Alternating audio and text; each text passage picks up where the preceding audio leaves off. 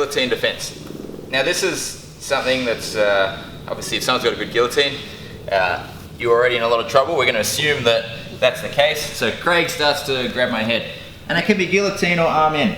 Now, one of the first things Craig wants to do, if he wants to get his guillotine to work, is get my head into his, the side of his ribs here like this. I'm now stuck when I'm like this, okay? So straight away, as soon as I get caught in this position, I try to keep the back of my head right in the middle.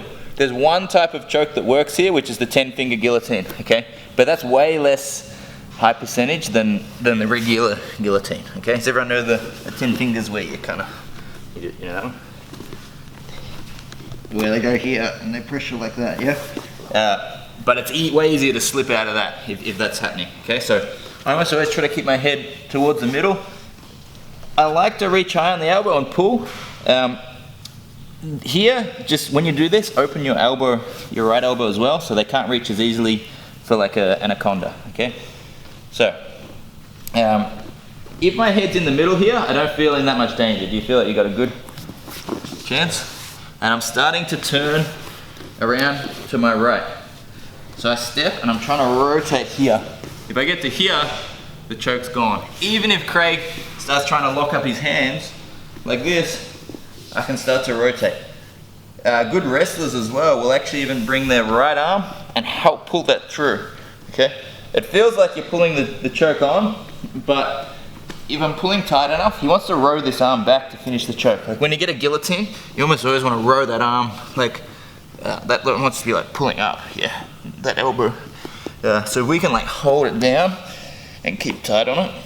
It should be harder for Craig to choke.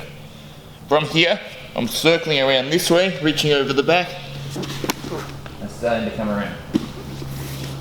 This is particularly good when they're trying to set up the anaconda. But guys, before any of this, like fight the hands. So if Craig's trying to set it up, if I can get two hands on the one, it's really difficult for Craig to finish anything. I want to like pretty much punch that arm to the mat. If it stays on that side, he can't get my back. Run around to my back. This will stop the back take, yeah, because of my head. He needs that arm here to get the seat done. So I can pin it, and then I start to retract my head.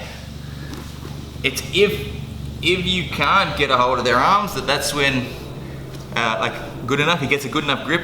Now I need to start thinking about these things that I was just talking about, yeah? Holding the elbow, keeping my head in the middle, and starting to come around. If he sits down, I want to go to the opposite side. So if I can, I want to block the hips and jump to this side. Sometimes that's impossible. He sits in a way that I can't go to my right. So we go again. He sits down, I try to block, but he's too far, yeah? Like this, for example. Okay? Here we're going to use the wrestler bridge.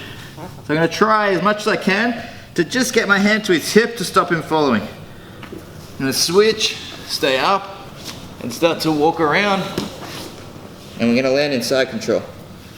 Block the hip. And then you can actually go Von Flu and get them back.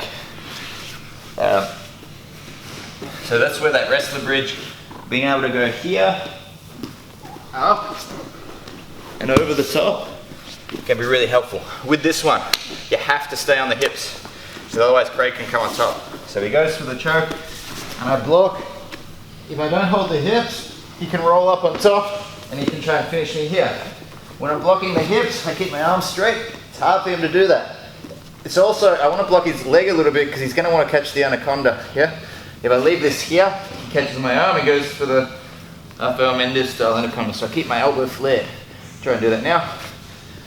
He can't catch me with that leg, okay? So he can't come up, and he can't catch that leg. I stay in the bridge, head on the mat, and I start to walk around.